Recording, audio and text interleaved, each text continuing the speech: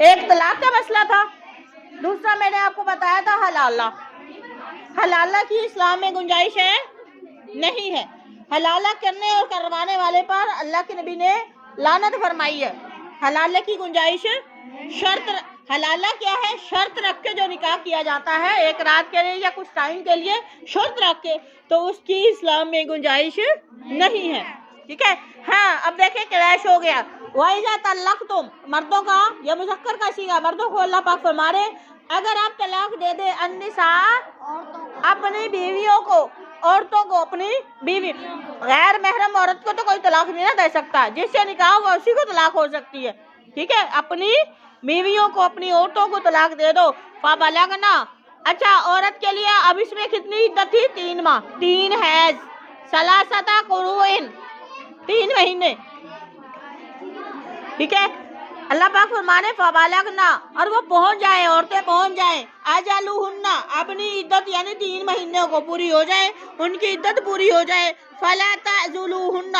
فَلَا پس نہیں، تعزلو آپ نہ روکیں، ہننا ان عورتوں کو آپ نہ روکیں، ان اس بات سے کہ ینکحنا کہ وہ عورتیں نکاح کر لیں، ازواجہن اپنے شوہروں سے، ٹھیک ہے۔ نکاح کرنے سے، اپنے شوہروں سے نکاح کرنے سے آپ پھر ان کو نہیں روک سکتے۔ بالفرض دیکھیں انہوں نے 3 ماہ تک آپ کا انتظار کیا، عدت انتظار ہوتا ہے نا، عدت گزاری ہے، اس کے بعد وہ اگر اپنے کسی اور مرد سے وہ شادی کرنا چاہتے ہیں تو اس کو کوئی نہیں روک سکتا۔ اللہ پاک نے فرمایا جب تم نے فارغ کر دیا، آپ کو کیا جس مرضی سے وہ شادی کرے، سمجھ آ رہی؟ پھر آپ نے ان عورتوں کو منع، ان عورتوں کو نہیں روکنا، کس بات سے؟ ان ینکحنا کہ وہ نکاح کریں، ازواجہن اپنے شوہروں سے، اذا جب تراضوا، اب یہ جب وہ دونوں راضی ہو، ٹھیک ہے، جب کہ راضی ہو، بینہم آپس میں وہ رضامندی سے نکاح کرنا چاہیں تو ان کو نہ روکیں، بالمعروف اچھے طریقے سے یا دستور کے مطابق، ذالک یہ کام، یہ احکامات، یوعظ یہ وہ احکامات ہیں، یوعظ نصیحت کی جاتی ہے، بھی اس کے ساتھ، من کانا کس کو؟ من جو اس شخص کو جو کانا ہو، منکم تم میں سے، یؤمنو یہ ہر کسی کو نصیحت نہیں کی جاتی، صرف اس بندے کو نصیحت کی جاتی ہے جو ایمان رکھتا ہو، یؤمنو ایمان رکھتا ہو، باللہ اللہ پر، والیوم الآخر اور آخرت کے دن پر، ذالک یہ کام جو ہے، ازکا زیادہ پاکیزہ ہے، لکم تمہارے لیے، واطہر اور زیادہ صفائی والا ہے، ٹھیک ہے، زیادہ پاکیزہ ہے، یہ بھی پاکیزہ ہی کہتے ہیں اس کو بھی، ٹھیک ہے، سب سے زیادہ، اور یہ ازکا اور اطہر، ازکا اور اطہر یہ دونوں اسم تفضیل کے لفظ ہیں، صیغے ہیں، سب سے زیادہ، اطہر طہر سے لیا گیا، اطہر سب سے زیادہ پاک، سمجھ آ گئی؟ طہارت سے لیا گیا، سب سے زیادہ، اطہر سب سے زیادہ پاک، ٹھیک ہے، زکی تزکیہ نفس سے لیا، تزکیہ پاک صاف، یزکیہم آیا ہے نا، تو اسی سے لیا گیا ازکا، یہ بھی کیا اسم تفصیل کا صیغہ ہے، واللہ اور اللہ پاک یعلم جانتا ہے، وانتم اور آپ لا تعلمون آپ اس میں کیا بہتری ہے یہ اللہ جانتے ہیں اور آپ کو نہیں پتا، والوالدات اور مائیں اور بچوں کی مائیں، یرضعنا دودھ پلائیں، بچوں کی والدات یعنی مائیں، یرضعنا دودھ پلائیں، ہر کسی کو نہیں، اولادہن اپنے بچوں کو، عورتیں اپنے بچوں کو، اب دیکھیں آپ یہ تو نہیں کر سکتی کہ بچے کی پیدائش سے لے کے 10 سال تک بچے کو دودھ پلا دے، نہیں، اللہ پاک نے یہاں بھی ایک حد رکھی ہے،